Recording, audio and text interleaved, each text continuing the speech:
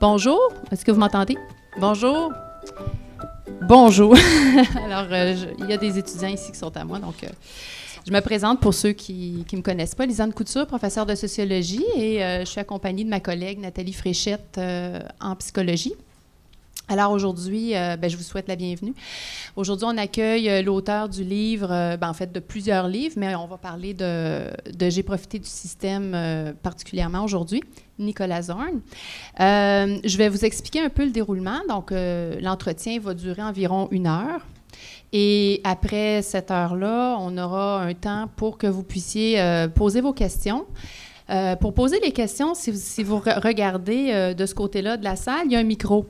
Alors, pour poser la question, il faut aller au micro. Ça vous prend un petit peu de courage, mais je suis certaine que vous en êtes capable.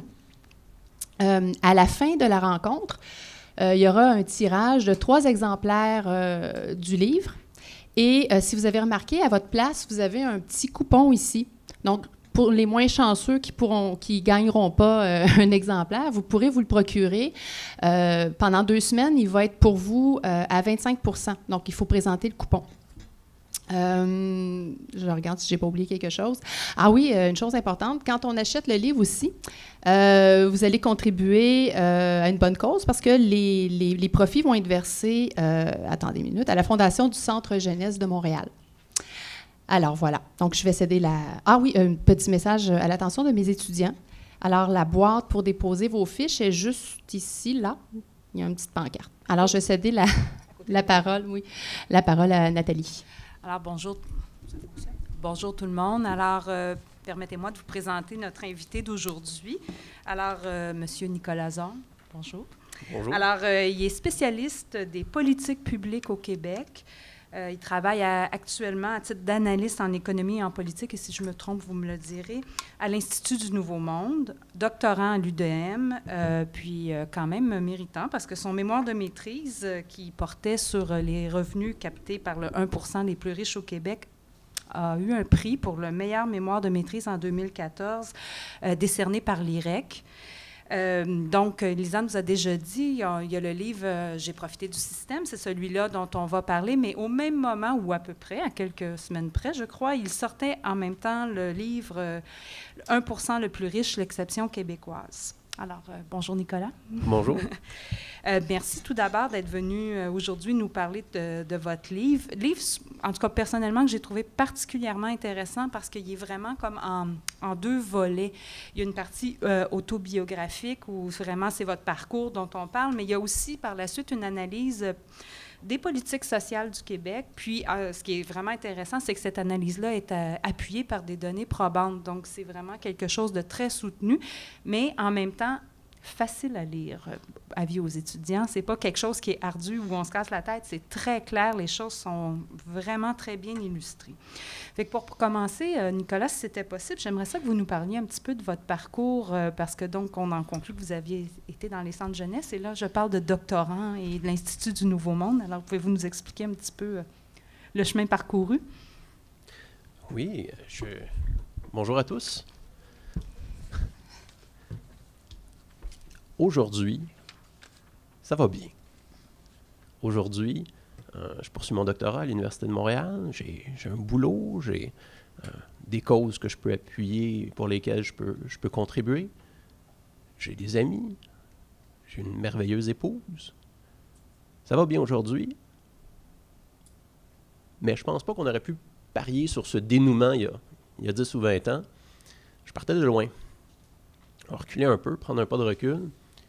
Quand j'étais jeune, j'étais agressif, j'étais impulsif, j'étais antisocial, ça allait pas bien à l'école, je me battais souvent. À 5 ans, mes parents sont divorcés. À 8 ans, mon père est décédé.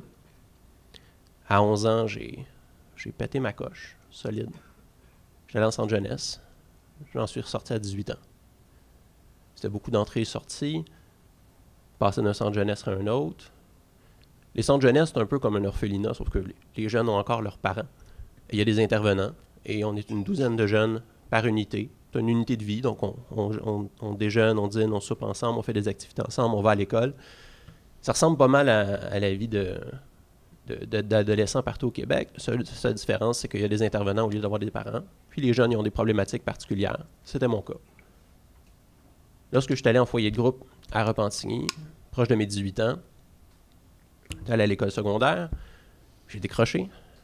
En fait, je me suis fait virer de l'école. J'avais acheté un couteau d'un pied de long et j'avais eu la bonne idée de le montrer à tout le monde. Et le jour même, le gardien de la place m'a pris la main dans le sac et j'ai été viré la semaine suivante. J'ai pu raccrocher grâce à un programme pour décrocheurs. On fait de la musique l'avant-midi, on fait maths français l'après-midi, également Repentigny. Et j'ai pu finir mon secondaire comme ça. J'étais allé au cégep. J'étais au cégep pendant 2 ans et demi. C'est plaisant le cégep, c'est le fun le cégep. On découvre plein de choses au cégep. On découvre plein de monde, on se découvre. J'ai eu l'occasion de faire plus de musique, j'ai eu l'occasion de découvrir la politique, j'ai eu l'occasion de découvrir des causes, m'impliquer dans un journal étudiant, dans l'association étudiante. Un peu trop, d'ailleurs. Mes notes en ont pâti. Après 2 ans et demi de cégep, j'ai lâché le cégep. J'ai lâché parce que je m'impliquais un peu trop dans les causes puis pas assez dans mes études, mais aussi parce que mon ex, elle se retrouvait dans toutes mes cours, ça aidait pas. Et finalement, j'ai raccroché. J'avais un coloc qui était très perspicace, il me donnait des coups de pied dans le cul. Je me suis inscrit à l'université, j'étais allé à l'UQAM. Donc, histoire courte, me voici ici. J'ai eu un parcours qui n'était pas linéaire. J'ai eu un parcours qui n'était pas facile, mais en même temps, à chaque fois que je suis tombé, il y avait une main pour m'aider à me relever.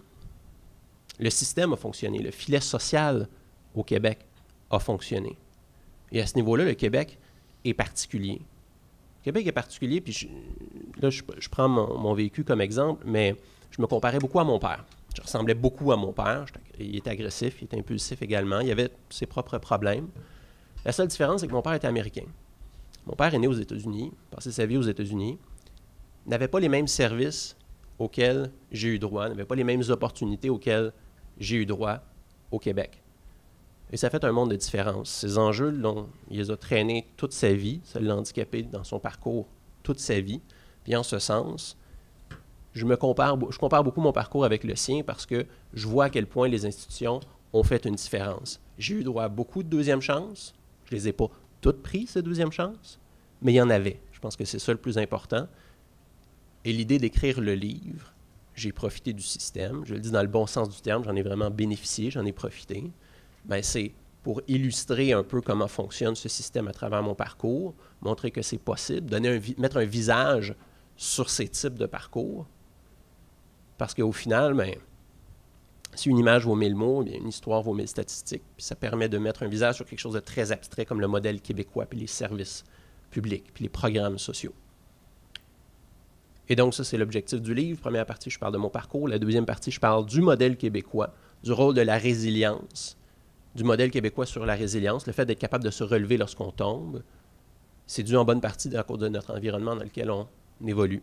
Puis à ce niveau-là, bien, l'environnement au Québec, on est choyé, on a fait des choix politiques en ce sens-là, puis il y a des avantages. Voilà. Dans votre livre, vous mentionnez que, bon, vous avez parlé d'un de vos déclencheurs, que vous vouliez mettre un visage, mais dans votre livre, vous mentionnez aussi que ce qui vous a donné peut-être le petit coup de pouce ou enfin un élan pour l'écrire, c'est le documentaire de Paul Arcan, Les voleurs d'enfance, qui portait sur la DPJ. Si vous voulez bien, on va regarder un court extrait de ce documentaire-là, extrait choisi par Nicolas. Donc, j'espère que mes étudiants qui sont dans la classe vont rire si ça ne fonctionne pas. C'est l'histoire de ma vie. Alors, c'est parti. Vous avez jamais vu une salle d'isolement? Non, mais on m'en a parlé. On a 3. Sont fenestrés, les gens ne peuvent voir à l'extérieur. Pourquoi il n'y a rien? Ben, c'est parce que si les jeunes ne restent pas, nous, tout de suite, quand la crise est finie, le jeune sort. Il n'y a pas de jeunes qui restent ici à long terme en réflexion. Là. Ils sortent automatiquement. Quand la crise est finie, ils sortent. On rouvre la porte. Ne vous laissez pas dire jamais que les enfants passent une demi-heure ou 1 heure en isolement. Les enfants passent de très longues périodes en isolement. Comment vous trouvez ça? Pour moi, là, c'est une mesure qui est exceptionnelle. Aussitôt qu'ils vont dire « bien moi, je suis pas d'accord », isolement. Dans des cas où les jeunes risquent de se causer des blessures ou risquent de se faire mal à eux-mêmes.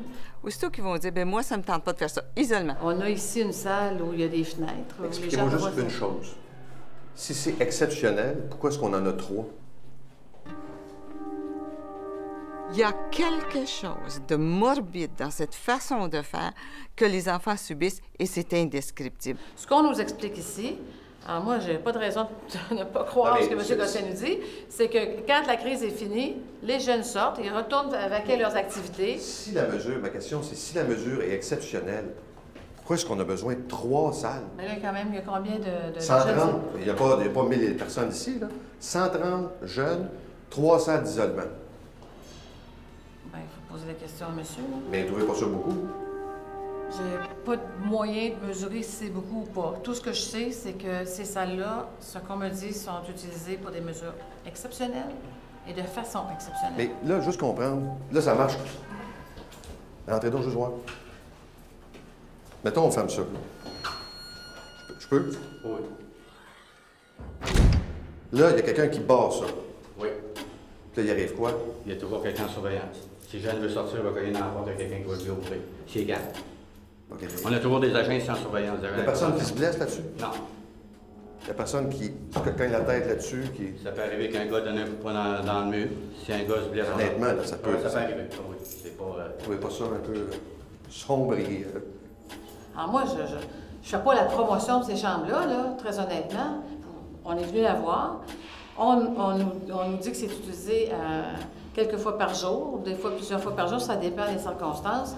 Moi, je pense qu'il ne faut pas non plus donner l'impression que c'est une mesure qui est utilisée 365 jours par année pour les mêmes enfants. Là.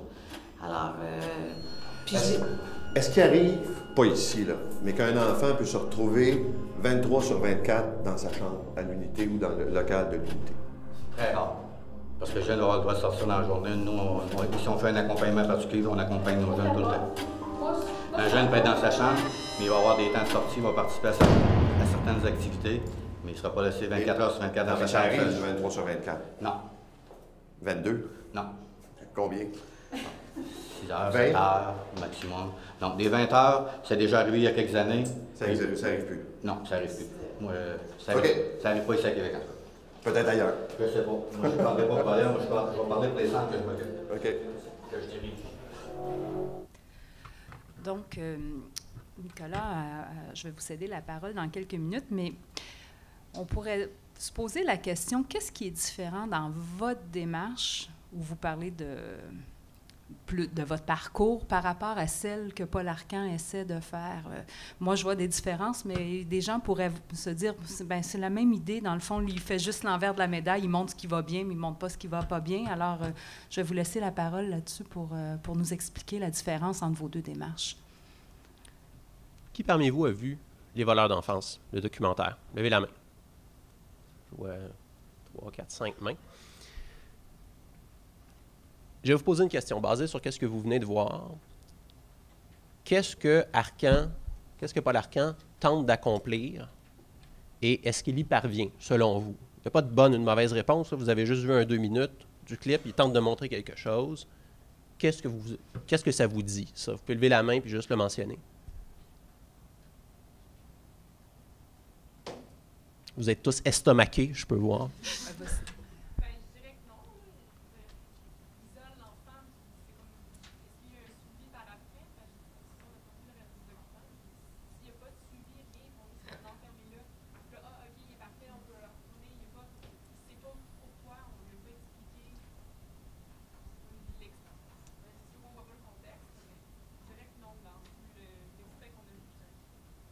De toute façon, on ne voit pas beaucoup plus dans le documentaire par rapport aux salles d'isolement. C'est le seul moment dans lequel il en parle vraiment.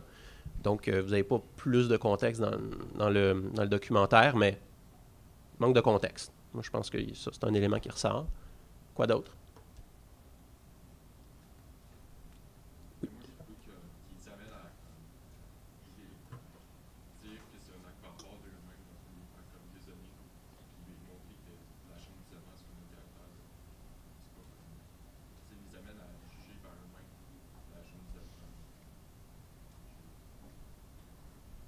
Donc, la salle d'isolement, elle est présentée comme étant un acte barbare, utilisez vos mots, par rapport aux enfants.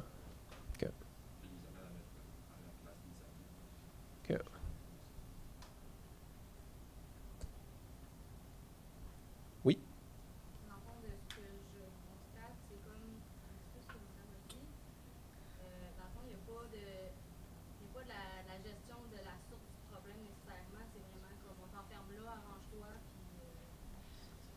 moi, c'est ça, tu sortiras quand tu vas perdre, mais je veux dire, le problème, il va sûrement être récurrent, fait que la personne va souvent y retourner. Parce que dans le fond, c'est pas. Tu sais, le problème est arrivé, OK, mais pourquoi c'est arrivé? Tu sais, il n'y a pas. On n'a pas vu les intervenants comme parler par rapport à une solution qui pourrait emmener face au problème ou voir leur compréhension face à tout ça. C'est un très bon point. Puis c'est un animal, là, genre, t'as pissé, OK, ben je t'enferme dans le petit placard, puis ben, mais que ça me tente, je vais te faire sortir. Moi, je regardais ce documentaire-là par rapport en fonction de mon propre vécu. Je prenais pour acquis le contexte, puis je le comparais avec ce que moi j'ai vécu, mais c'est vrai que pour quelqu'un de l'extérieur, on peut être amené à conclure que c'est ça l'intervention des centres jeunesse, c'est d'enfermer les jeunes, d'être sévère envers les jeunes pour les punir lorsque ça arrive.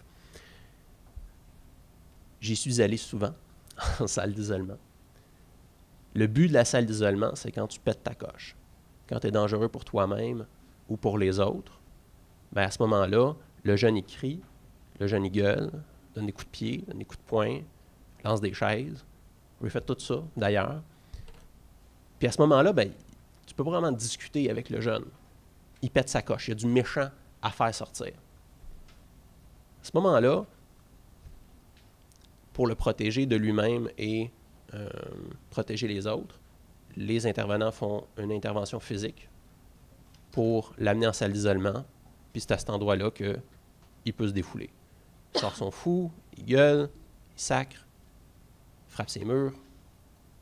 Le but, c'est qu'il n'y ait pas une chaise ou du mobilier ou des éléments avec lesquels il pourrait lancer ou se blesser. Et ces interventions-là, je cherche l'alternative, mais je ne la vois pas. Qu'est-ce qu'on doit faire lorsque le jeune pète sa coche? Là, on voit à la fois, ce que je trouve de particulier dans le documentaire de Paul Arcand, c'est qu'il critique, mais souvent de deux points de vue différents. D'un côté, de dire, la DPJ en fait trop.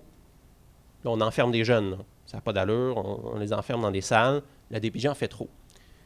Puis en même temps, la DPJ en ferait pas assez.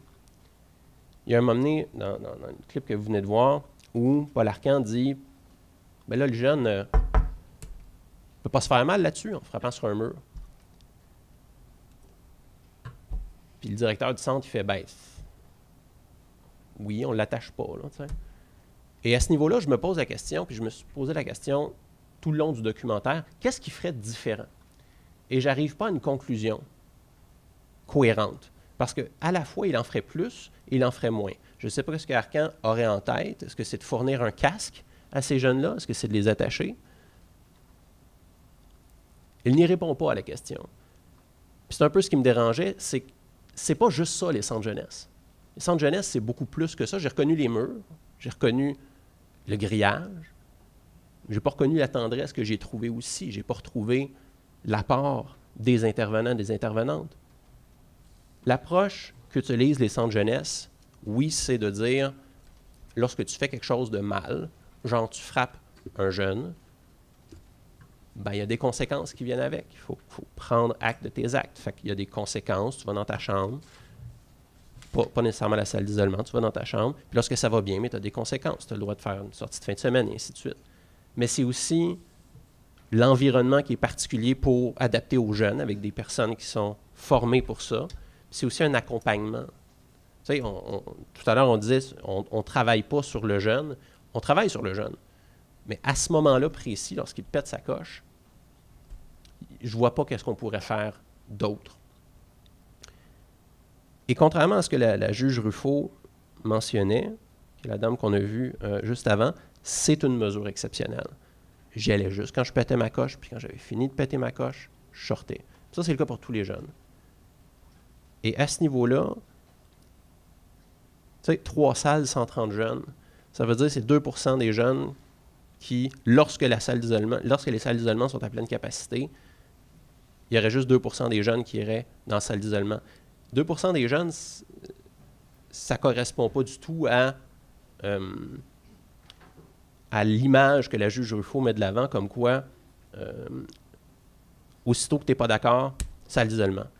Aussitôt que je veux te punir pour un détail, salle d'isolement. C'est pas comme ça que ça fonctionne. Puis j'ai été dans 6 centres jeunesse différents, dans 3 régions différentes. J'ai connu une centaine d'intervenants différents. Il n'y a pas une fois que je peux dire en bonne conscience, ils ont manqué de jugement, ils ont manqué de professionnalisme. Moi, mon problème fondamental avec ce documentaire-là, c'est qu'il prend des anecdotes, puis il prend des exceptions, puis il le dépeint comme la règle. Puis à ce niveau-là, ben, c'est un peu le but du livre, de montrer, avec un témoignage, que c'est pas ça que j'ai vécu, puis je dis pas que c'est impossible, mais c'est rare si ça arrive, puis personnellement, je ne l'ai pas vu. Puis la grosse différence, c'est qu'il y a 7000 personnes qui travaillent dans un centre jeunesse. Ils font pas ça pour tyranniser les jeunes. Bref, je voulais réparer un tort. C'était ce qui m'a poussé. C'est l'une des raisons pourquoi est-ce que j'ai voulu écrire ce livre. C'est qu'on connaît tous quelqu'un qui a été en centre jeunesse ou qui y travaille. Au final, on connaît peu ce système. C'est un univers parallèle dans lequel vivent 13 000 jeunes juste à Montréal, vivent dans un système parallèle de la vie que vous avez probablement vécue. Oui. Justement, vous avez parlé que, dans le fond, vous avez été une couple de fois dans les salles d'isolement. Mais est-ce que par après, vous pouvez juste sortir puis vous reprenez vos activités normales, ou est-ce qu'il y avait, comme les intervenants, justement, ils venaient vous rencontrer pour parler de la problématique? Généralement, lorsqu'on avait fini de péter notre coche, puis lorsqu'on voulait sortir, les intervenants nous réintégraient dans notre chambre ou nous réintégraient sur le plancher. Ça dépendait de ce qu'on avait fait. Si tu pitches une chaise à la tête de quelqu'un, c'est une chose de dire, ben, OK, tu t'en vas en salle d'isolement pour les prochains 30-45 minutes, mais après, pour pas que tu recommences, il ne faut pas que ce soit juste 30-45 minutes. Il faut savoir qu'est-ce qui t'a poussé à faire ça, de réfléchir par rapport à qu'est-ce qui t'a amené à poser ce geste, qu'est-ce qui était mal par rapport à ça. Fait que, généralement, tu passais une demi-journée, une journée dans ta chambre, à remplir des réflexions, interagir avec les intervenants. Puis le but, c'est de te faire comprendre qu'il ne faut pas que tu pitches les chaises sur la tête des gens. T'sais. Je vais juste vous demander si vous avez des questions. Je suis certaine que vous en avez plein. Juste les noter puis les garder pour la fin, à la période de questions, juste pour éviter que... puis le micro. Oui, c'est ça, c'est surtout pour l'enregistrement. En fait, c'est ça pour le profit que tout le monde... moi, j'avais juste un petit commentaire. Tout à l'heure, Nathalie l'avait mentionné dans sa question, mais évidemment, dans votre livre, vous racontez votre histoire à vous, qui est une histoire d'un parcours personnel. Est-ce que vous pourriez expliquer aux étudiants vraiment la différence entre votre démarche à vous, donc où vous partez de votre expérience personnelle, puis ensuite vous expliquez, vous faites le lien avec le modèle québécois et tout ça, et celle du documentaire qui s'appuie sur des anecdotes, des cas isolés pour en faire une généralisation? Le documentaire commence avec... une phrase, je pense que la première phrase que Paul Arcand dit, c'est quelque chose comme il y a des jeunes, il y a des violeurs et il y a l'État. Tu es laissé avec ça, puis tu dis, bon, ça c'est la prémisse du film, ça commence d'une façon particulière. Et il y a 3 jeunes qui sont interviewés dans le documentaire. Les 3 ont leur nom, victime en dessous, ou rescapé.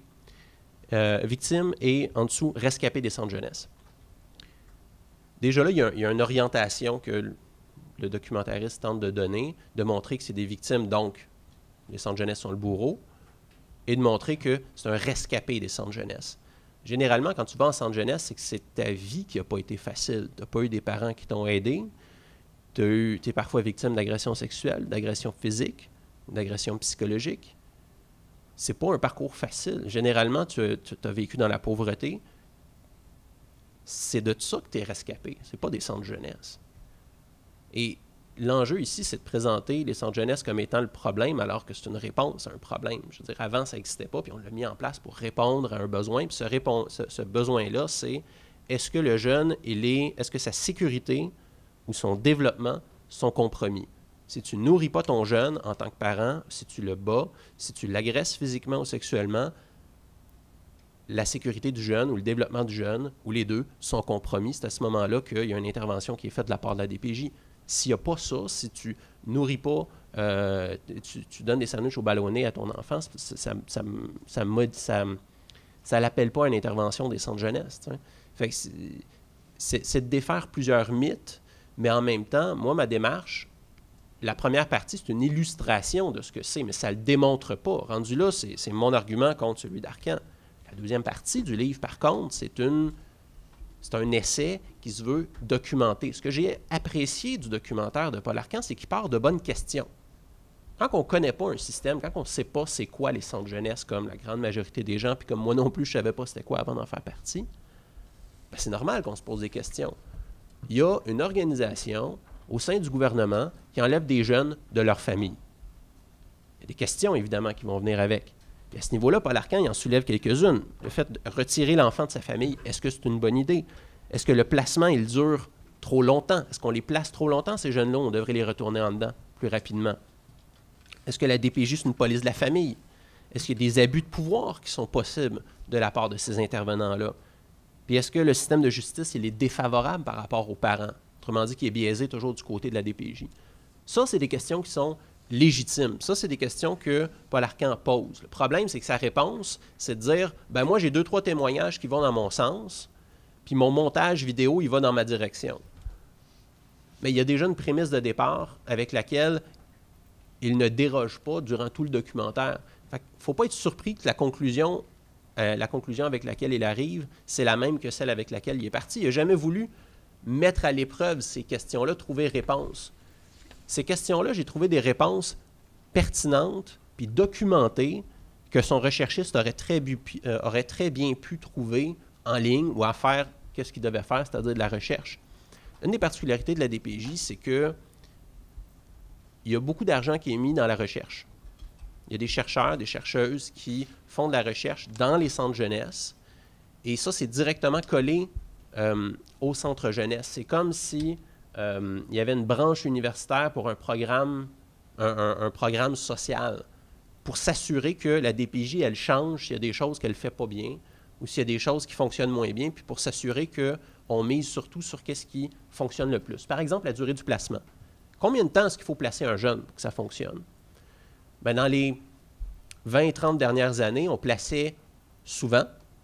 On avait le réflexe de dire « Ah, il y a un problème chez l'enfant ou chez le foyer familial, il faut le placer tout de suite. » On plaçait trop souvent, puis trop longtemps. Le jeune restait trop longtemps dans son centre jeunesse. Il bougeait surtout d'un centre jeunesse à l'autre. Les intervenants changeaient beaucoup. Ça, cette partie-là, c'est encore le cas. Par contre, le placement, dans les 15-20 dernières années, on a diminué la longueur que ça durait. Puis les constats scientifiques à laquelle la recherche, elle arrive, c'est de dire, là, maintenant, on ne place pas assez longtemps. Le placement dure 3 mois. Il n'y a pas le temps d'avoir une relation qui se développe entre le jeune et les intervenants. On est allé trop loin dans l'autre direction.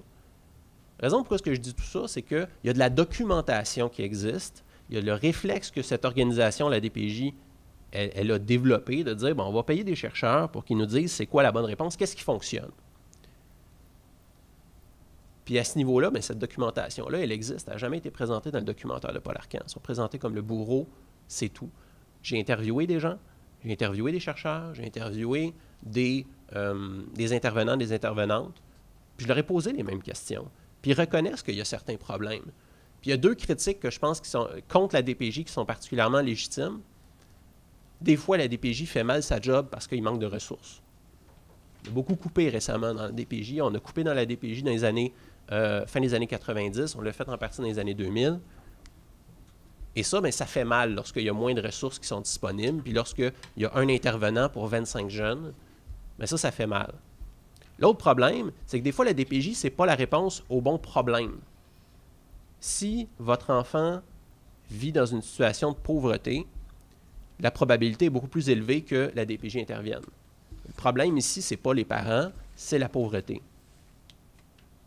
bien, la DPJ n'est pas la bonne réponse à ce moment-là. Mais ça ne veut pas dire que l'État intervient mal.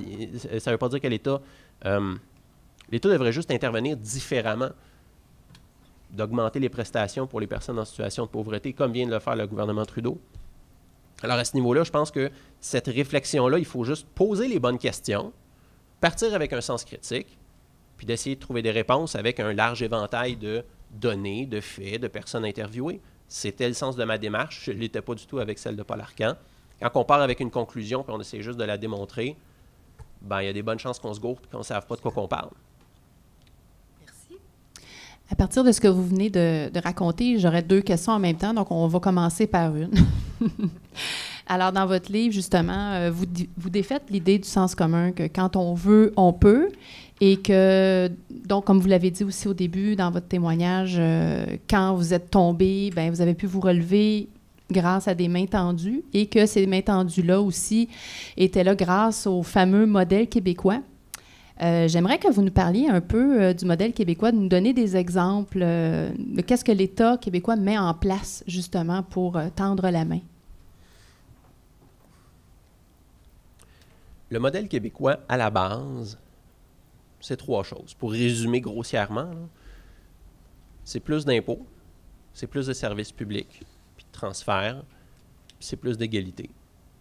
Il y a moins d'écart entre les citoyens. Si ça va plus mal dans votre situation, si votre situation personnelle ou familiale, ça va plus mal, bien, on va aider davantage qu'on ne le fait au sud de la frontière ou qu'on ne le fait à l'est ou à l'ouest. Tout à l'heure, l'exemple que je donnais par rapport à mon père, c'est que j'aurais pu naître ailleurs en Amérique du Nord, puis j'aurais pas pu avoir accès à ces mêmes services-là.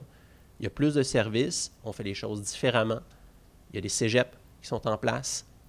Votre première année d'université ailleurs, là, mais c'est l'équivalent de la dernière année du cégep, qui coûte beaucoup moins cher qu'une année d'université en Ontario ou au sud de la frontière. Les frais de scolarité sont moins élevés, il y a plus de prêts et bourses. Les bourses, j'ai eu droit lorsque j'ai fait mention que j'avais été en centre jeunesse. Ça, c'est l'une des particularités du programme de prêts et bourses. Il y a des CPE. Il y a la DPJ. La DPJ, c'est 1 milliard par année qu'on dépense. La DPJ, ça existe depuis 40 ans. Ces 40 milliards-là qu'on a dépensés, c'est l'équivalent de la baie James. C'est beaucoup d'argent. Puis ça fait une différence. Ça fait une différence parce que c'est beaucoup plus rentable d'intervenir en amont qu'en aval. C'est plus rentable d'intervenir lorsque le jeune a un problème que d'attendre 30 ans, puis que là, bien, à ce moment-là, c'est beaucoup plus difficile d'améliorer sa situation. Puis à ce niveau-là, bien, le modèle québécois, bien, c'est notre façon de faire un peu différente, non seulement d'investir plus, puis d'intervenir plus, d'intervenir différemment aussi. On juge moins les jeunes. Moi, on ne m'a pas dit, lorsque j'ai fait une piole à 17 ans, on ne m'a pas dit, ben, il faut te punir parce que c'est ce que la société veut faire pour que tu apprennes.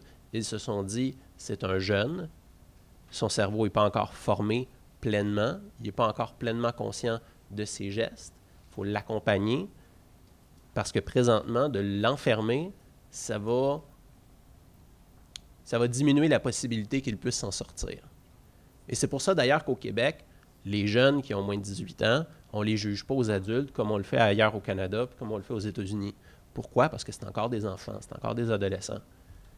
Puis c'est plus rentable de dire on va te donner une seconde chance, puis on va te donner une deuxième seconde chance, puis une troisième seconde chance, plutôt que de juger puis de dire ben ça va faire du bien à la victime. Le problème avec ça, c'est que ça ne fonctionne pas. Ça ne fonctionne pas parce que on accomplit.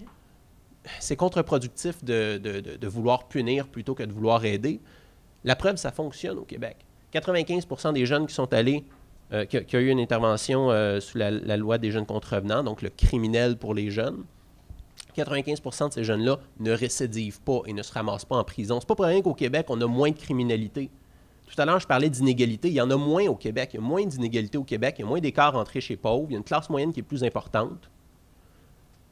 La mobilité sociale est plus intéressante qu'au sud de la frontière. Il y a moins de problèmes de santé, il y a moins de problèmes psychologiques. Il y a tous les problèmes qui viennent avec des écarts de revenus et des inégalités sociales plus importantes. Il y a moins de problèmes qui viennent avec ici au Québec parce qu'on investit plus. Et donc, à ce niveau-là, c'est pour ça que le modèle québécois, il est intéressant. Il fonctionne. Puis l'idée du livre, c'était de mettre un visage sur ça, parce que j'en ai profité à différentes étapes de ma vie, puis sous différentes formes. L'autre élément, c'est de parler de quand on veut, on peut. Le documentaire de Paul Arcand était la première des raisons pourquoi j'ai voulu écrire le livre, mais le geste déclencheur, c'était une entrevue que j'ai donnée à l'émission d'Isabelle Maréchal il y a quelques années. Une entrevue qui portait sur les inégalités.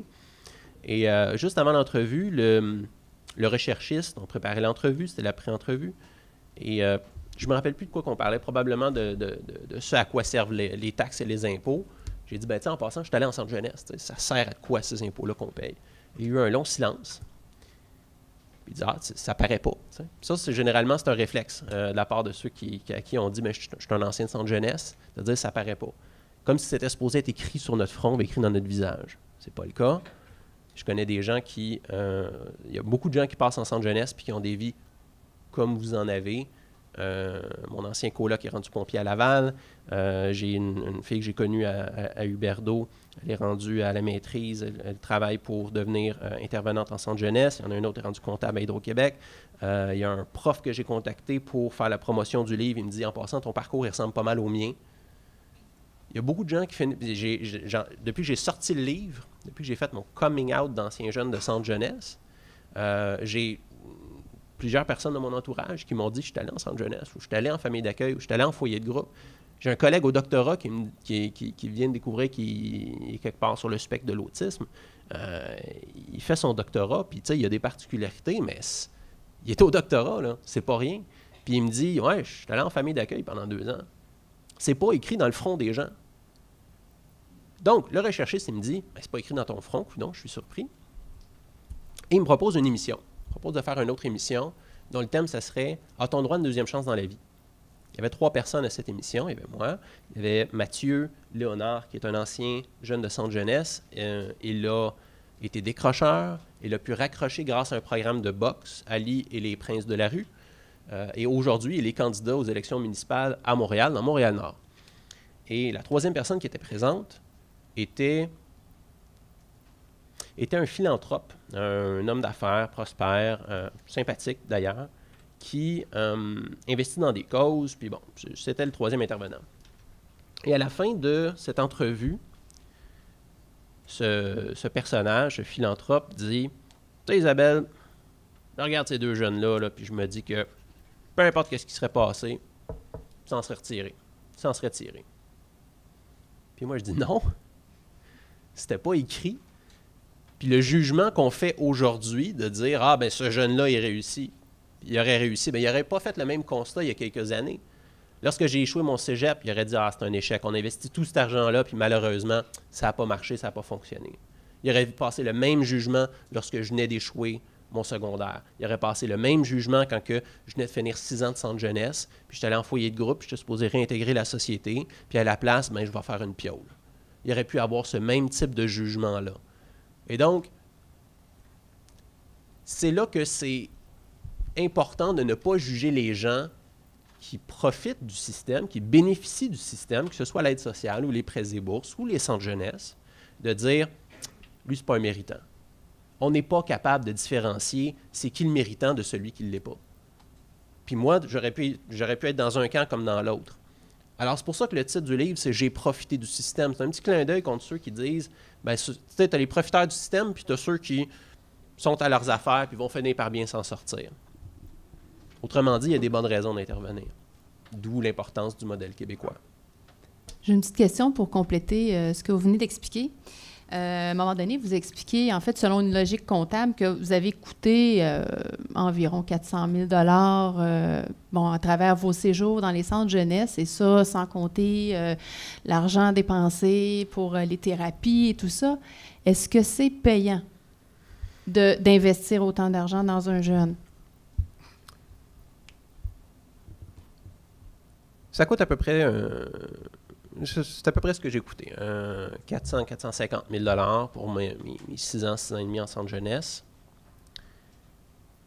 Par contre, je n'aurais pas terminé mon secondaire si je n'avais pas été en centre jeunesse, puis si je n'avais pas eu tous les programmes qui m'ont servi. Et j'ai fait le calcul, puis d'ailleurs le calcul se trouve à la fin du livre. Ça aurait été quoi la différence entre mon statut actuel, où là, je vais avoir un salaire conséquent avec mon niveau de scolarité, d'éducation supérieure, versus ne pas avoir fini son secondaire.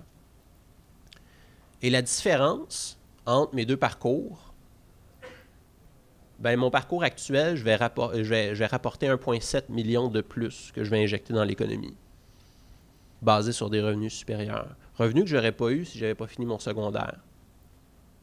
Puis là-dessus, je vais payer un demi-million de plus en impôts. C'est rentable. Ça m'amène à parler du discours qu'on entend dans les médias et qui nous, en fait, dans lequel on baigne.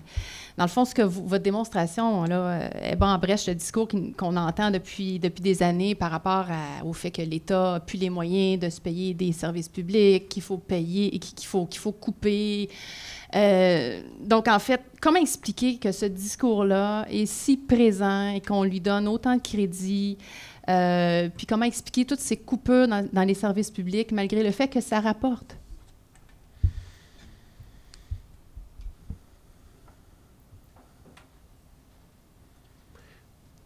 Les politiciens ne savent souvent pas de quoi ils parlent. On a des discussions, j'ai eu des discussions avec ces gens-là. J'ai travaillé pour Mme Marois avant qu'elle rentre au gouvernement, parce qu'elle était au chef de l'opposition officielle. Et tu sais, j'ai des discussions avec ce monde-là, puis il y a beaucoup d'informations qu'ils n'ont pas. Un jeune qui a pu bénéficier des centres jeunesse, il y aura beaucoup moins de criminalité, ces coûts-là ne sont pas pris en compte. Les avantages qui viennent avec ces investissements-là ne sont pas pris en compte. C'est sûr que si on exclut du calcul tous les avantages qui viennent avec, puis qu'on les voit juste comme des dépenses, bien, ça va faire du sens de couper dans les services publics puis de baisser les impôts. Par contre, si on les prend en compte, comme le disent les statistiques, les faits, les études, bien à ce moment-là, ça ne fait plus vraiment de sens. Le problème, c'est qu'on ne peut plus couper dans les services publics ensuite si on le prend en compte. On ne peut plus baisser les impôts. Puis moi, ce qui me dérange dans tout ça, c'est qu'à chaque quelques années, il y a un discours qui revient, il est cyclique, selon lequel on vit au-dessus de nos moyens. On dépense trop d'argent. Il faut couper dans l'inefficacité, la bureaucratie, qu'on ne définira jamais d'ailleurs. Mais ces coupures-là, ça a des impacts sur les services publics. Ils ont coupé dans... L'un des exemples les plus marquants, c'est la santé publique. Chaque dollar qu'on investit en santé publique, il y a 8-9 $ qui revient en rendement, en termes de prévention. Des gens qui n'iront pas à l'hôpital, qui autrement y auraient été. Et des services qu'on devrait leur fournir plus tard, mais qu'ils n'auront pas de besoin parce qu'on est intervenu maintenant. Le gouvernement a coupé quelque chose comme 30 % du budget de la fonction publique, selon lequel c'était parce qu'on vivait au-dessus de nos moyens. Et dans la même phrase, il va dire, mais de toute façon, dans 3-4 ans, lorsque va venir le temps des élections, on va baisser les impôts. Et moi, ce qui me dérange avec ce discours-là, c'est qu'on vit au-dessus de nos moyens lorsque c'est le temps de couper, mais on a trop d'argent lorsque c'est le temps de donner des baisses d'impôts. Puis c'est un cycle vicieux qui s'alimente, parce qu'après ça, on coupe dans les impôts, on baisse les impôts, on baisse les taxes à l'approche des élections. Puis là, 2 ans plus tard, on manque d'argent. On manque d'argent, pourquoi? Parce qu'on dépense trop. On vient de couper les impôts. Et cet élément-là, il est absent du discours public. Le dernier déficit, je vais conclure là-dessus, le dernier déficit du gouvernement, lorsque le gouvernement Couillard est arrivé au pouvoir en 2014, représentait quelque chose comme 1,3 milliard. Et c'était la fin du monde. Ce qui est, comparativement à d'autres pays, des poussières. Puis on aurait très bien pu se le permettre puis le remettre sur le long terme. Mais non, il fallait le rembourser en 1 an parce que sinon, ça allait être la fin du monde. On allait être le Portugal, on allait être la Grèce. Depuis 1998, on a baissé les impôts pour l'équivalent de 4 milliards de dollars. On se prive de 4 milliards de revenus. Mais lorsque ça va moins bien, puis qu'on a 1,3 milliard qui manque, bien là, c'est parce qu'on dépense trop. Ce discours-là, j'ai un problème avec. Puis c'est un peu l'idée du livre de le démonter. Dans votre livre, puis aussi tantôt dans votre témoignage, vous avez parlé du cégep. du rôle déterminant pour vous. Vous avez parlé du journal étudiant, association étudiante et tout. On est devant des étudiants de cégep. Nous, on trouve aussi que, Lisanne et moi, que vous êtes un modèle pour nos étudiantes de résilience, de persévérance, tant d'un point de vue personnel que d'un point de vue scolaire ou académique. Auriez-vous un petit message ou un petit conseil particulier à leur transmettre? C'est quelque chose qui pourrait les inspirer peut-être un peu dans leur parcours scolaire ou leur vie personnelle? C'est pas grave si vous décrochez du cégep, vous pouvez réussir dans la vie quand même. Je blague. Ça aide de finir son cégep. Puis j'ai pu passer à l'université parce que j'avais 21 ans et 2 ans d'expérience pertinente. Fait que cette option-là, elle n'est pas toujours présente. Mais profitez du cégep comme des années pour découvrir qui vous êtes, pour essayer des choses. C'est normal de ne pas savoir exactement qu'est-ce que vous voulez faire pour les 40 prochaines années qui s'en viennent à ce moment précis. Cette pression-là qu'on vous met de dire « il faut que vous décidez tout de suite qu'est-ce que vous voulez faire », gardez-vous des options ouvertes. N'ayez pas peur d'essayer des choses. Il y en a qui... J'ai une collègue, elle voulait devenir thanatologue, s'occuper des morts, de l'embaumement et tout. Et elle a fait ses études, puis ça a pris, je pense, 2-3 ans. Puis la première fois qu'elle venait d'être embauchée, la première fois qu'elle a vu du sang, elle a été malade. Puis elle s'est dit « je ne veux plus faire ça ». Et c'est correct. On ne peut pas savoir qu'est-ce qui nous attend. On ne peut pas savoir tout ce qui s'en vient pour vous. On ne peut pas savoir comment va être le marché du travail dans 5-10 ans. L'important, c'est de juste garder le cap sur vos grands objectifs et d'être heureux là-dedans. Parce que si vous n'êtes pas heureux, juste faire 20-30% de plus en revenus, ça ne vaudra pas la peine. Partez de ce que vous voulez accomplir dans la vie, personnellement puis au niveau collectif, puis regardez qu'est-ce qui fonctionne. Allez dans cette direction-là. Consultez non, pas un évaluateur. Conseiller en orientation. Merci beaucoup. Ça vaut la peine. Moi, c'est à partir de ce moment-là, quand j'ai vu que toutes mes options qui m'intéressaient passaient par l'université, je me suis dit, bon, on va passer par l'université. Fait que c'est bien de garder des portes ouvertes, puis profiter de ces années-là pour découvrir qui vous êtes. Faites des choses. Faites toutes sortes de trucs pour découvrir. C'est ce que je pourrais vous dire comme message. On vous remercie. On va maintenant prendre vos questions. Donc, je vous rappelle que le micro est là. Donc, des fois, oui. Ah oui, on applaudit, oui.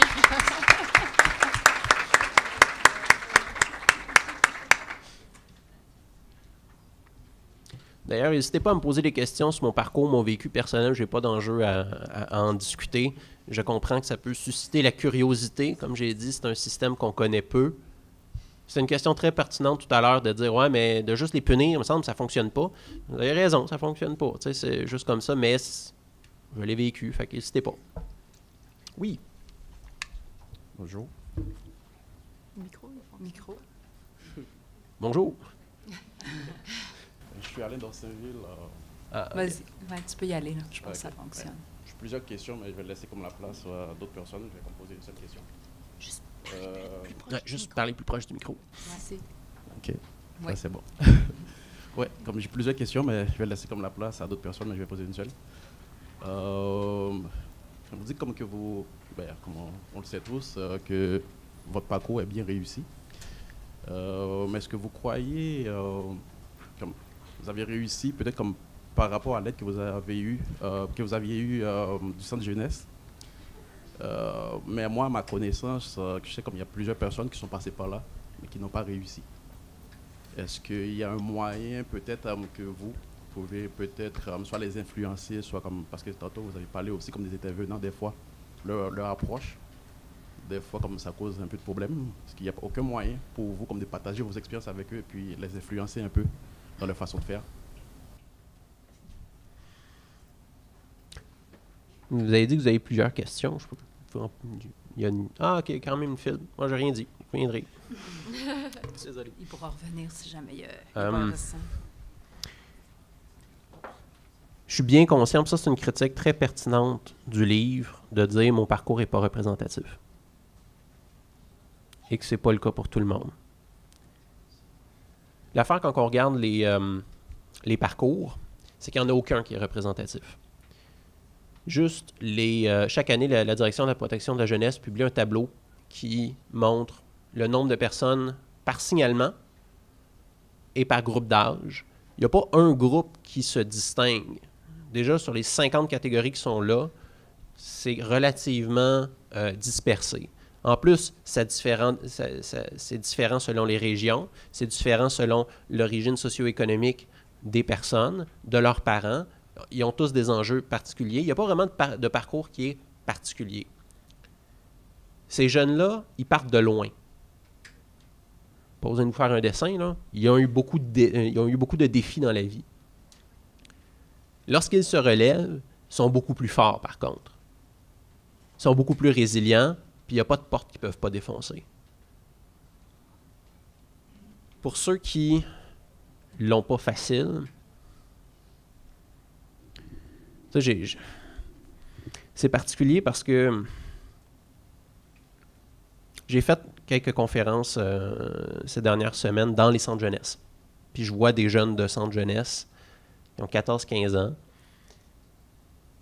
et avec tout l'espoir du monde, puis dans leurs yeux, puis ont des questions pas faciles, du type « Qu'est-ce que je dis à ma famille puis à mes amis si je veux pas qu'ils sachent que je suis en centre jeunesse? »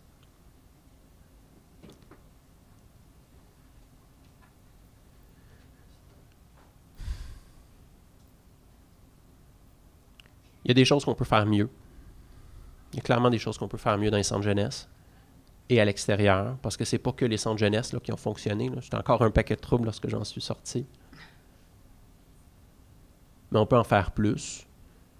Pour les jeunes en particulier, rester à l'école, ça fait vraiment une différence. J'ai décroché 2 fois, puis j'y suis retourné à 2 reprises. C'est pas facile pour tout le monde. Mais il y a de l'aide qui existe. D'ailleurs, chaque région compte une fondation de centre jeunesse. Je suis porte-parole depuis quelques semaines de la fondation du centre jeunesse des Laurentides, parce que j'ai passé le gros de mon passage en centre jeunesse. Ils ont des fonds pour ces personnes-là, pour les aider à partir en appart, pour les aider à poursuivre leurs études, quand que l'argent, c'est un enjeu. Puis évidemment que l'argent va être un enjeu. Lorsque vous êtes parent, puis vous n'avez pas votre nouveau-né, vous n'avez pas de poussette pour votre nouveau-né, vous n'avez pas de frigidaire dans votre nouvel appart, mais ils peuvent donner un coup de main. Fait à ces personnes-là, je leur dirais, poursuivez vos études, puis il y a de l'aide qui existe. Il y en a aussi dans les CLSC, dans les commissions scolaires. Il y a de l'aide qui existe, mais ce n'est pas toujours bien publicisé. Il faut le demander, il faut aller chercher. Ça serait le moins pire message que je pourrais leur donner, là, parce que, évidemment, quand on ne l'a pas facile, c'est difficile de garder la tête haute. Ce que je peux dire, c'est lorsqu'on garde la tête haute et qu'on poursuit nos objectifs, il y a des mains tendues qui peuvent donner un coup de main. C'est important de garder la tête haute, de garder courage, c'est ce que je dirais. La file est beaucoup plus longue que depuis votre première question. On peut en prendre 2-3 en rafale. Donc, les 3 premières personnes, vous pouvez poser vos questions, je vais répondre après ça d'un coup. C'est quoi qui a été ta motivation pour continuer à avancer puis pas arrêter avec l'enfance difficile que tu as eue? OK, merci. Est-ce que le gouvernement il devrait investir plus d'argent dans les centres jeunesse, selon toi? Puis c'est quoi les raisons qu'il faudrait qu'ils investissent plus? Quand vous dites que...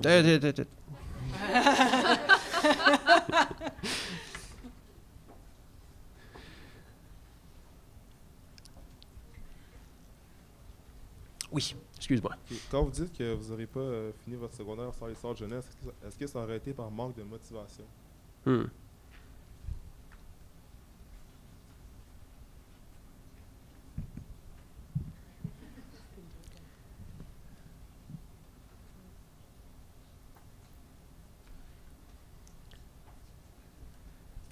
Des bonnes questions.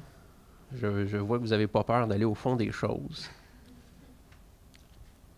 Ma motivation pour continuer, mais d'abord, j'ai pas eu toujours une volonté sans faille de faire, où je me relevais toujours. Des secondes chances, je les ai pas toujours prises. Et je voulais être heureux dans la vie. Au final, là, c'était ça ma motivation. Je voulais être heureux dans la vie. Au niveau individuel, ben, c'était d'avoir une job dans laquelle je suis heureux, que je m'accomplis, puis que je fais une différence. Ça passait tout par l'université. Fait que c'est ça qui m'a poussé à poursuivre.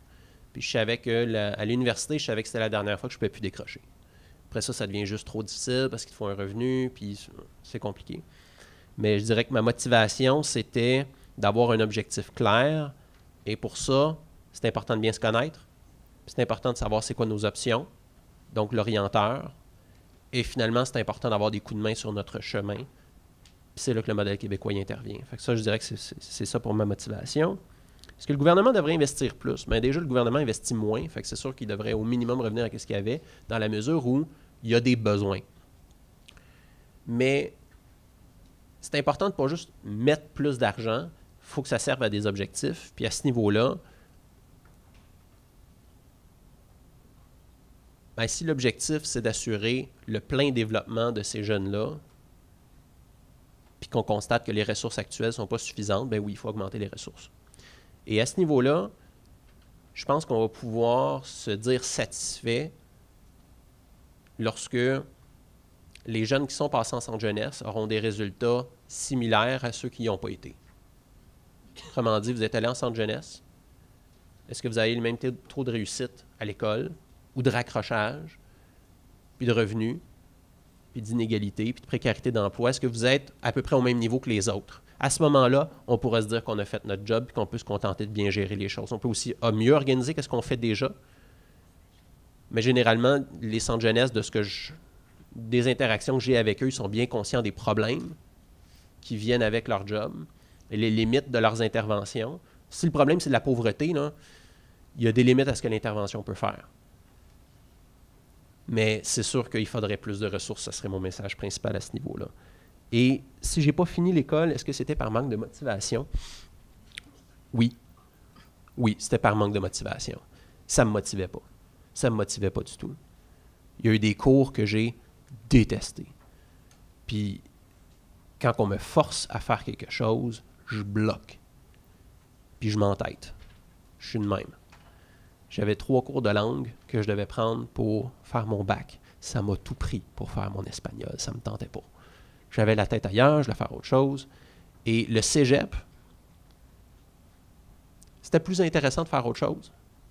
Je m'épanouissais, j'apprenais des choses à interagir, à m'impliquer, mais ce n'était pas reconnu. Fait qu'il y a des bouts que j'ai décrochés. Au secondaire, ça ne m'intéressait pas du tout. J'étais rendu ailleurs. Fait que c'est sûr que lorsque... Les secondes chances ont surtout fonctionné lorsque le devoir d'adaptation était bidirectionnel, que ça ne reposait pas juste sur mes épaules. Le message s'applique aux écoles aussi de faire un bout d'effort, un petit peu de flexibilité pour s'adapter à son monde. Puis c'est sûr que la motivation va être capable de suivre parce que je pense qu'au départ, vous voulez tout apprendre. Il faut juste s'assurer d'avoir les bons outils pour le faire parce que chacun a sa propre façon d'apprendre. Oui, 3 prochaines questions. Ça rejoint un peu tout ce que vous venez de parler, là, mais vous avez mentionné pendant la conférence que c'était plus vos attitudes comportementales qui vous ont amené à, dans le fond, fréquenter les centres jeunesse, puis que pour des personnes qui étaient peut-être plus défavorisées au niveau socio-économique, il y aurait des mesures qui devaient être prises qui étaient autres. Donc, je me demande, dans ce sens-là, est-ce que vous pensez qu'une personne qui vient, mettons, la grande pauvreté pourrait avoir le même parcours que vous?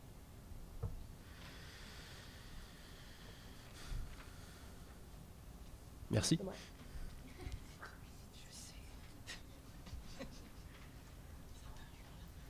Oui. Moi, je suis encore choquée sur les salles d'isolement. J'ai comme bloqué là-dessus. Est-ce que vous pouvez plus expliquer, est-ce que ça aide vraiment les jeunes, comme, pas non seulement à se calmer, mais à remettre ses idées en place? Puis, c'est pas une prison, me semble. Est-ce que, mettons, on pourrait mettre des coussins à la place pour pas que le jeune se frappe avec? Je sais pas, il y a des moyens.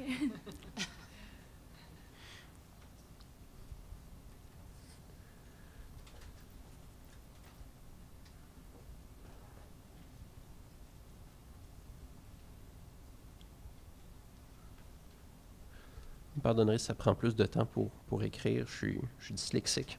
Fait que comme quoi, on peut quand même réussir dans la vie, même si on a des handicaps. Voilà. Oui? Vous avez dit que votre colocataire vous a un peu poussé à aller à l'université.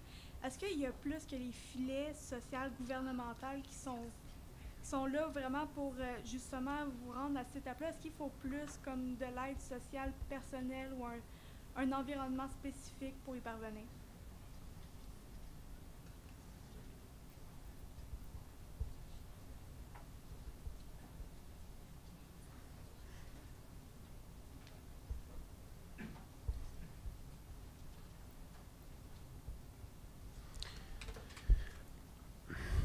Est-ce que une personne pauvre pourrait s'en tirer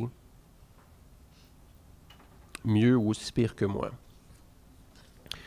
L'un des grands défis avec l'idée de tirer des leçons d'un parcours individuel, c'est que tu as beaucoup de choses qui sont toutes entremêlées, puis c'est difficile de séparer ce qui est dû à l'environnement, ce qui est dû à la chance, puis ce qui est dû aux caractéristiques individuelles des personnes. C'est pour ça qu'à ce niveau-là, j'aurais tendance à me fier davantage à des études longitudinales, donc sur le long, puis global, quantitatif, pour voir c'est quoi l'effet de la pauvreté, puis c'est quoi les chemins causaux, les chemins vers lesquels la pauvreté a un impact sur la situation des jeunes. Souvent, c'est un manque de ressources, donc ils vont avoir plus de problèmes de santé, ils vont avoir moins de ressources pour les aider à l'école, mais c'est aussi plus de stress pour les parents. Quand les parents sont en situation de pauvreté, ils vont être plus stressés, puis ils vont intervenir plus mal. Ça va être plus difficile d'élever leurs jeunes. C'est très complexe, ces situations-là. C'est sûr que juste d'augmenter... Tu sais, la pauvreté, c'est un manque de revenus, d'abord et avant tout. D'augmenter les revenus, ça répond directement à ce problème-là. Est-ce qu'une personne en situation de pauvreté pourrait mieux s'en tirer que moi, en tout cas aussi bien? Je pense que oui, c'est possible. La question, c'est quelle proportion, tu sais? Mais oui, c'est possible parce que ces systèmes-là, ces filets sociaux-là existent. Puis ils ont un impact, puis ils diminuent l'impact de la pauvreté. Fait que c'est complexe, mais je pense que oui, c'est possible. La question, c'est vraiment une question de proportion. Salle d'isolement, peut-on faire autrement?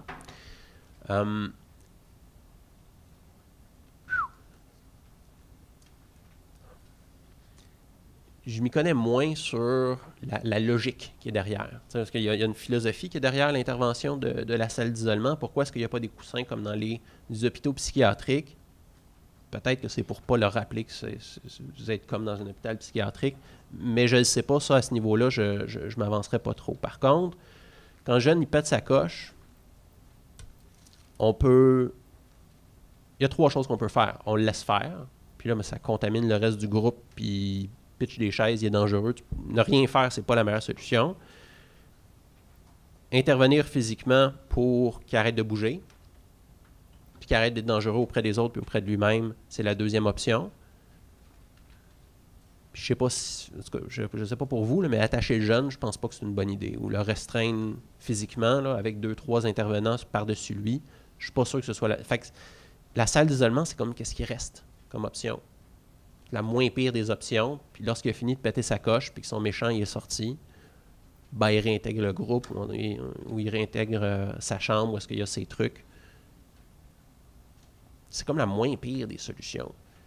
Puis à ce niveau-là, ben, tu sais, c'est Paul Arcand qui dit, ben là, le jeune ne peut pas se péter la tête là-dessus. Ben, OK, on l'attache, on lui donne un casque. C'est quoi l'alternative? Je la vois pas. Fait que, est-ce qu'on devrait utiliser moins souvent la salle d'isolement? Clairement. Est-ce qu'on devrait intervenir plus en amont, puis voir les déclencheurs du jeune pour pas qu'il pète sa coche puis qu'il lance des chaises? Clairement. Ces 2 choses-là sont déjà des enjeux que prennent en compte les intervenants et intervenantes, puis que c'est intégré dans leur façon de faire. C'est un des avantages à avoir un institut universitaire de centre jeunesse qui travaille avec eux pour ce genre de solutions. Mon coloc m'a poussé, je ne vous ai pas dit, mais c'est un ancien jeune de centre jeunesse lui aussi. Il a passé autant de temps que moi en centre jeunesse.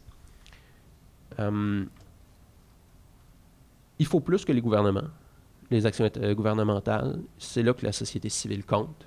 C'est là que les interventions des sais, la société dans laquelle on vit, là, quand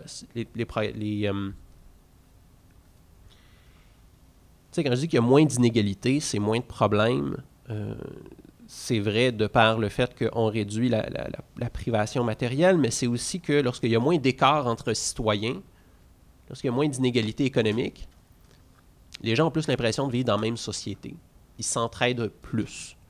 Il y a plus de confiance sociale. On est plus prêt à donner des secondes chances aux gens parce qu'on s'y identifie plus à ce monde-là. On dit, ce jeune-là, ça pourrait être mon voisin. Pas ce jeune-là, c'est une pomme pourrite, puis il ne faut pas qu'il contamine mon jeune, qui lui n'est pas du tout comme lui. Fait que, est-ce qu'il faut plus autre chose que les programmes gouvernementaux où il faut que la société s'implique dans ces genres de problèmes-là? C'est ce que les fondations, les organisations communautaires font. C'est ce que le bénévolat fait. Est-ce que c'est assez? Est-ce que ça fait une différence? C'est des études qui pourront le démontrer plus qu'un témoignage en particulier. Mais je pense qu'on est dans la bonne direction et on a déjà des bons atouts à ce niveau-là. Oui. J'ai l'impression que vous n'avez pas vraiment parlé des relations que vous avez créées avec le temple et tout à travers tout ça. Est-ce qu'il y a des gens que vous êtes toujours en contact avec, des intervenants ou des gens que vous avez rencontrés en centre ou peu importe. Là.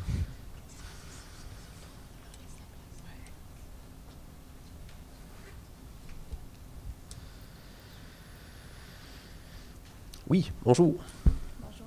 Malgré toute l'aide que vous avez eue alentour de vous, puis tout le système, l'aide sociale, puis tout ça, là, les amis, l'entourage, croyez-vous que ça prend quand même une force de caractère pour se sortir d'où vous venez? Très bonne question.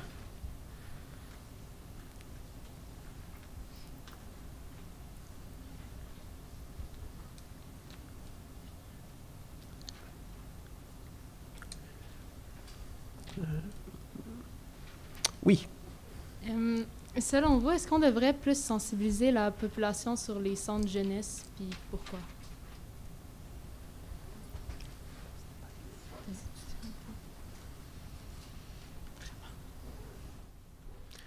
savez, ça, c'est la période que j'aime le plus dans ces échanges-là, là, dans ces conférences-là, c'est de pouvoir échanger avec vous.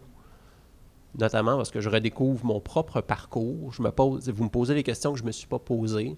Puis des fois, vous me faites redécouvrir mon livre ou mes propres expériences. Fait que, bref, j'aime bien ça. Relations avec les gens de centre. Est-ce que j'ai encore des relations avec eux?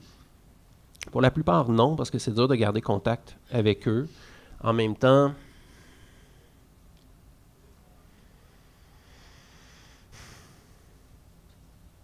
la réponse courte, ça serait non. Je n'ai pas vraiment gardé beaucoup de contact avec les anciens jeunes. Circonstances de la vie, j'ai changé de place à plusieurs reprises. On n'a pas nécessairement les mêmes centres d'intérêt.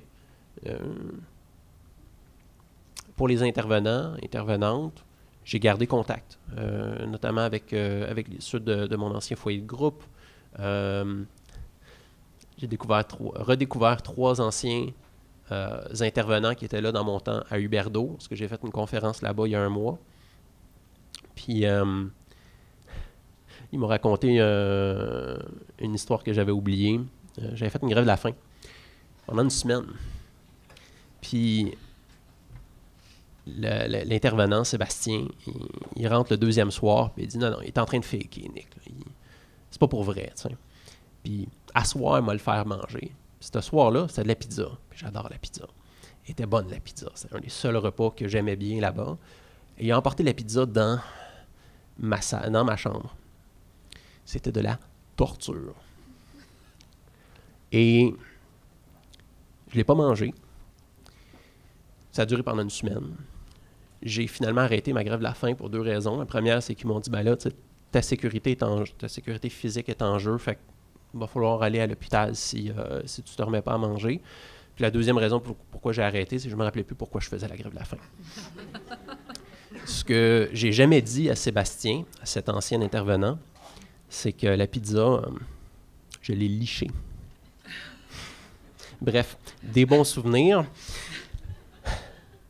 j'ai quand même gardé des bons contacts avec plusieurs d'entre eux. Puis, tu sais, c'est du bon monde, mais en même temps, il y a beaucoup de rotation d'intervenants, intervenantes. Ils ne restent pas longtemps.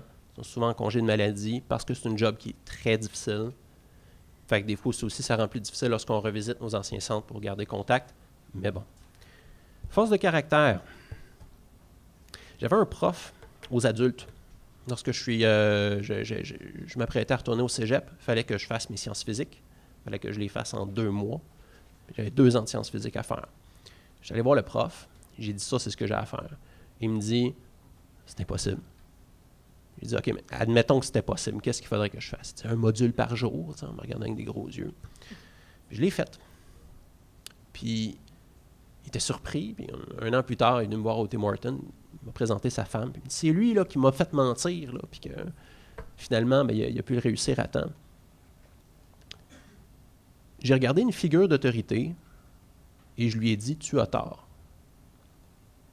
C'est pas tout le monde qui aurait ce réflexe-là. Ça vient avec le fait d'avoir une tête de cochon. Tu as toujours l'impression d'avoir raison, même si des fois tu as tort. Ben, à ce niveau-là, je me connaissais bien, puis je me disais, ben, je veux juger en fonction des besoins.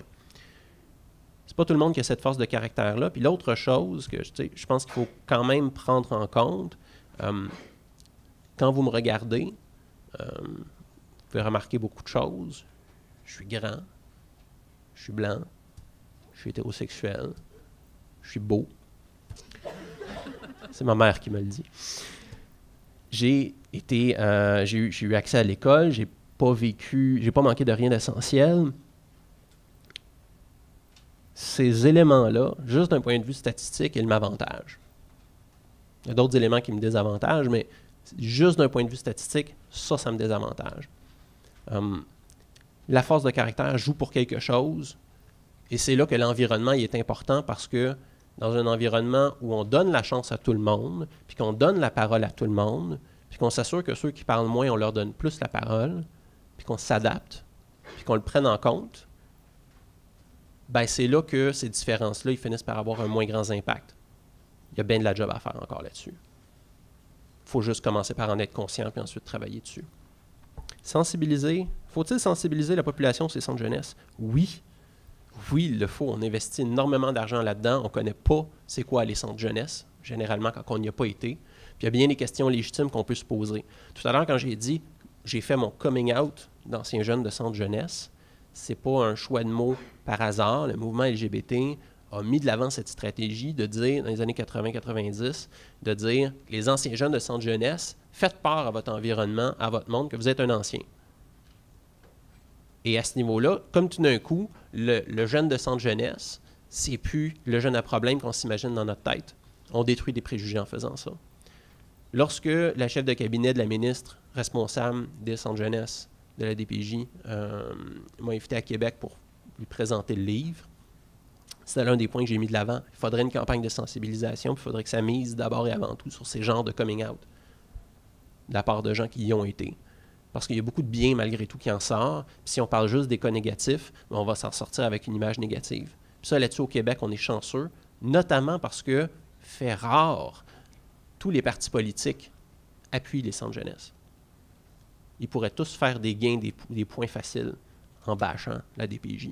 Puis ils le font pas. Pourquoi? Parce que les faits démontrent que ça fonctionne, que c'est un investissement qui est rentable. Tant mieux. Oui. Vous avez un peu commencé à répondre à ma question, mais je voulais savoir au début de la conférence, vous avez comparé les connaissances de centres de jeunesse comme une réalité parallèle que les gens ne se préoccupent pas assez. Et je voulais savoir, c'est quand que vous avez commencé à vous rendre compte qu'il y avait plus une connotation négative alentour des centres de jeunesse, en vue que vous aviez eu des expériences positives à travers ça. Et c'est comment qu'on pourrait sensibiliser les gens qui sont assez jeunes, parce que vous êtes ramassés là à 11 ans, puis c'est bien beau d'écrire un livre, mais à 21 ans, on est capable de plus cognitivement comprendre c'est quoi qui se passe qu'un enfant qui se dit « je m'en vais quelque part de différents qui peuvent un peu être stressants pour eux ». Sensibiliser les jeunes par rapport à ce que sont les centres jeunesse? Ce que sont, à cause que c'est très négatif et un peu tabou. de la manière qu'on le voit. Merci. Oui. Dans le fond, j'avais juste une petite question par rapport à votre critique faite, que vous considériez légitime faite par rapport au centre jeunesse. Les deux critiques que vous considériez légitimes se rapportaient pas mal à un manque de financement de la DPJ. Et à cet égard, je me demandais, est-ce qu'il y a à ce moment-là pas des critiques qu'on peut réellement apporter ou que vous-même pouvez apporter via votre expérience à l'institution DPJ?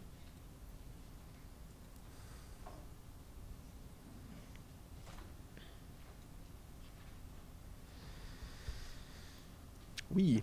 Oui, vous dites que vous en êtes bien tiré, dans le fond, au centre jeunesse. Mais est-ce qu'il est vraiment nécessaire d'enlever un enfant à une famille pendant qu'il y a beaucoup d'intervenants? Ça pourrait pas être comme d'enseigner une famille, dans le fond, à la maison, parce que peut-être qu'il y aura d'autres enfants et au moins de plus contribuer dans la société, je pense. Excellente question. Je vais commencer par celle-là. Est-ce que c'est nécessaire d'enlever le jeune versus le laisser à la maison? La loi est claire lorsque le développement du jeune ou la sécurité du jeune sont compromis. Puis je pourrais ajouter, et que les parents font partie du problème plutôt que la solution, il y a une intervention qui doit être faite. Mais ceci étant, la DPJ a clairement comme, dans son mandat, de garder le plus possible le jeune dans son milieu familial. Ce qui peut être un milieu familial élargi.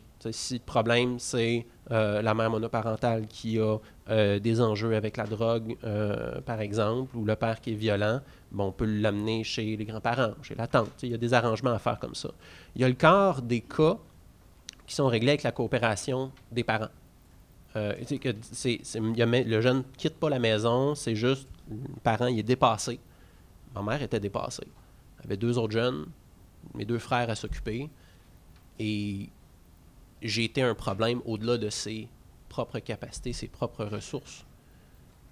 Qu'est-ce que tu fais avec un jeune qui pète systématiquement sa coche, qui ne veut pas comprendre, qui fait des vols, il y a un bout où est-ce que tu as ta famille, là, puis c'est un appel à l'aide. Et les ressources étaient là. Puis avant d'aller en centre jeunesse, j'ai eu, je pense, 2 ans où est-ce que j'avais des interactions avec travailleurs sociaux, avec psychologues, psychiatres. C'est l'une des priorités importantes des centres jeunesse, de la DPJ, de garder le jeune le plus longtemps possible chez lui. Lorsque ça fait partie du problème qu'il faut intervenir, ben on intervient, mais tu sais, sur, je pense, 90 000 signalements par année, il y en a moins de la moitié qui sont, ils sont tous vérifiés, là, mais il y en a moins de la moitié sur lesquels il y a une action qui est entreprise.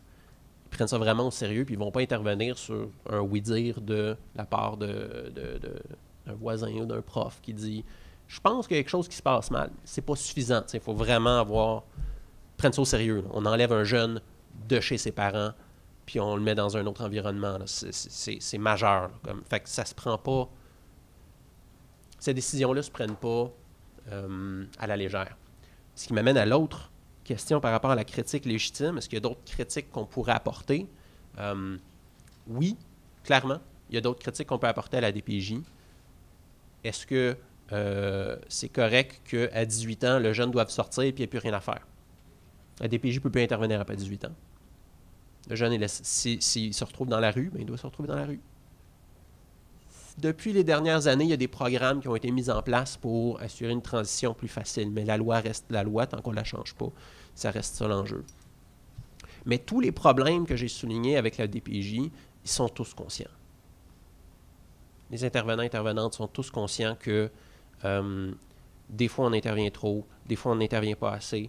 Ils le font dans un contexte d'incertitude où est-ce qu'ils n'ont pas toute l'information. Des fois, tu as un parent qui n'est pas coopératif et qui ne veut pas te donner d'informations. Tu dois passer un jugement avec la moitié des informations nécessaires. C'est pas facile. Ça. Des fois, tu as le manque de ressources, mais tu as aussi la façon que le travail est organisé. Il ne faut pas qu'il y ait beaucoup de rotation au sein du personnel parce que ça déstabilise le jeune. Mais en même temps, c'est un milieu qui n'est pas facile. Fait que les gens restent généralement 10 ans dans ce métier-là. puis ils changent souvent d'un centre jeunesse à l'autre.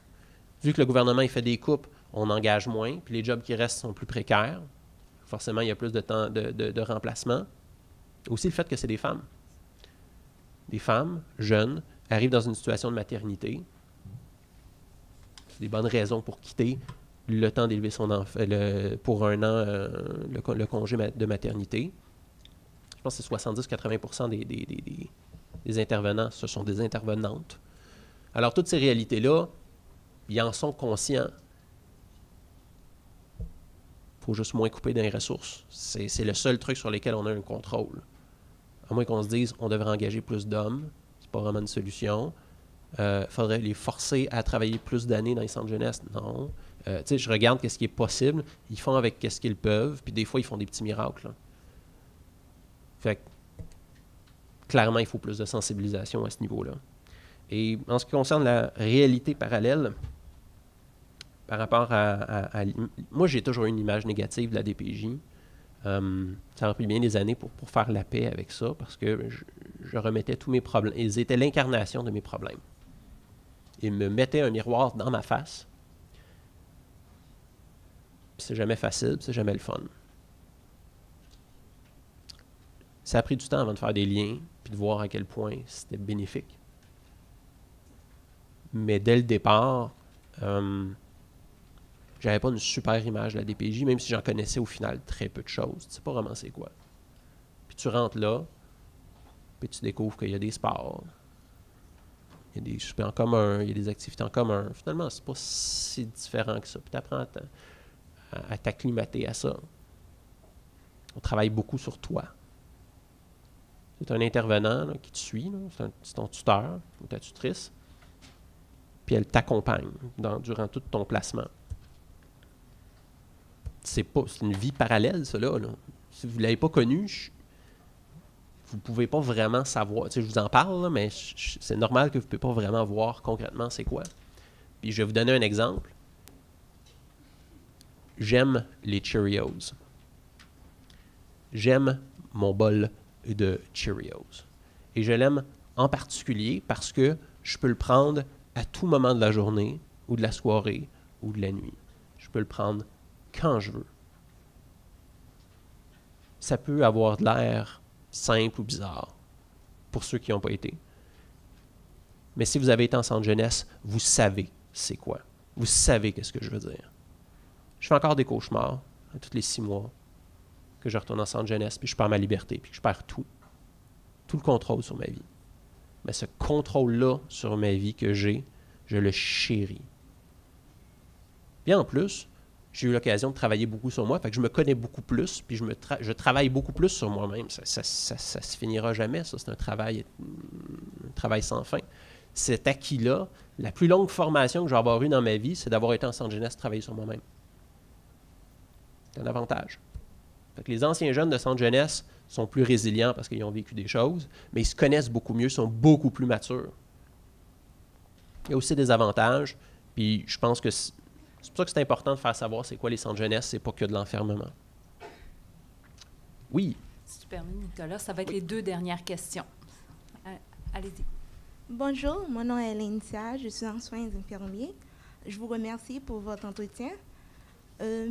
Vous avez commencé à répondre à ma question un petit peu, mais j'aimerais savoir, est-ce qu'il y a beaucoup plus de chances que le comportement de quelqu'un qui a grandi en centre jeunesse soit beaucoup plus positif ou du moins adéquat par rapport à quelqu'un qui a grandi chez lui dans une famille biologique? Parce qu'on sait qu'il y a des parents genre, qui sont plus stricts par rapport aux autres.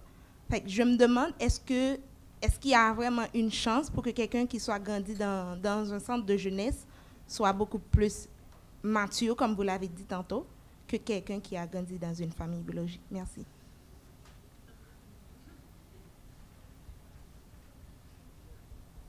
Bonjour. Oui, salut.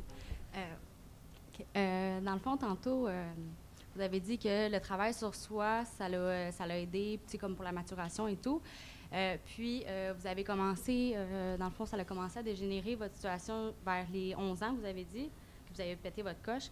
Est-ce que ça serait important, est-ce que vous considérez que ça serait plus important Au primaire, d'apprendre à gérer ses émotions, parce que justement, c'est une des choses les plus difficiles, comme on habite une machine qu'on ne connaît pas vraiment. Puis après ça, il arrive des boules d'émotions qu'on ne sait pas comment gérer. Puis ça peut faire en sorte que ça va engendrer d'autres problèmes. Est-ce que ce serait plus important, admettons, de donner des ateliers dans les écoles primaires afin de faire la prévention, justement, pour apprendre à se connaître, apprendre à identifier une émotion ou comment la gérer, plutôt que d'avoir des cours d'univers social ou d'autres peu importe. Là. Donc, je ne sais pas. Commencer par cette question. Je pense que les deux sont importants. Les deux sont complémentaires. Tu sais, j'ai pété ma coche à 11 ans, mais on le voyait un peu venir dans la mesure où je me battais déjà, souvent, je pense à l'âge de... Même avant que mon père décède à 8 ans, j'avais déjà des enjeux. Fait que mon corps sortait plus. Puis je recevais de l'aide à ce moment-là, pour mieux gérer mes émotions. Mais dans mon cas, ça me prenait plus que ça. Je pense que le décès de mon père n'a pas aidé. J'avais besoin d'encadrement. J'avais vraiment besoin d'encadrement, puis ma mère ne pouvait pas me le fournir. Dans la mesure où c'était pas une figure d'autorité qui assoyait clairement son autorité. Puis mon beau-père n'avait pas la légitimité pour ça. Je ne reconnaissais pas sa légitimité en tant que mon beau-père. Fait que, tu sais, le fait que mon père soit beaucoup moins dans les parages à partir de 5 ans, tu sais, il était anglophone unilingue. C'était le début des années 90. Trouver une job, c'était difficile pendant cette récession.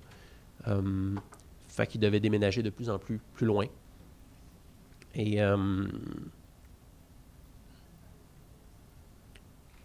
sais, il y a des points sur lesquels m'amener des ateliers pour gérer ses émotions, c'est un plus. Je pense que, tu sais, les acquis qu'on va chercher en centre jeunesse, ça sert à autre chose que juste nos problèmes. Tu sais, je l'applique sur plusieurs types d'enjeux dans ma vie de tous les jours. Fait qu'en ce sens-là, si on peut répliquer certaines de ces choses-là, tant mieux. Tant mieux parce que, tu sais, si je vous disais, voulez-vous apprendre à mieux vous connaître, puis à mieux reconnaître vos... qu'est-ce qui fait que vous vous refermez ou que vous pétez votre coche ou que de différentes façons, c'est pas obligé de se rendre jusqu'à détruire votre chambre. Cet élément-là, ben, je pense que c'est un avantage à ce niveau-là. Puis c'est ce que je dirais par rapport à ça. Et pour la dernière question, et non la moindre, est-ce que c'est possible de mieux virer pour un jeune qui n'a pas été en centre jeunesse, qui a pas été en centre jeunesse, mais qui a vécu les mêmes problématiques? C'est beaucoup plus difficile. Parce que les personnes, les intervenants et les intervenantes sont formés pour aider des jeunes dans cette situation. Les parents ne sont pas formés pour ça. On apprend à devenir parent, là, mais on est tous des parents imparfaits. Là. On n'a pas eu un cours pour ça. Puis, comparons à qu'est-ce qu'il y avait avant les centres jeunesse, ben, le développement des enfants était beaucoup plus souvent compromis. Puis leur sécurité aussi. Fait que, tu sais, si vous me demandez dans quel monde est-ce que je veux vivre, un monde dans lequel on fait quelque chose si le jeune se fait agresser sexuellement, physiquement, psychologiquement, si on le laisse à lui-même ou si on laisse les parents à eux-mêmes parce qu'ils ont des problèmes et parce qu'ils ont de la difficulté à gérer les problèmes de leur enfant. C'est un système d'assurance, ça, là. Vous ne savez pas si vos enfants vont mal virer. Vous ne le savez pas. Puis ma mère était mauditement contente de savoir que ses taxes servaient à quelque chose le jour que j'étais allé en centre jeunesse puis qu'elle devait payer 100$ par année. Plutôt que 100 000, c'est ce que ça coûte à la société. Fait que, tu sais, le système de centre jeunesse existe pour une raison. Je pense qu'il y a des bonnes raisons pour lesquelles on devrait en être fiers. Merci.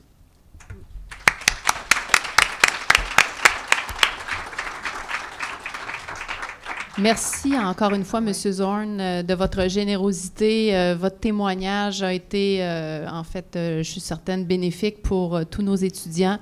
Je voudrais remercier aussi les étudiants qui ont été présents et qui ont posé de très, très belles questions. Je vous remercie aussi.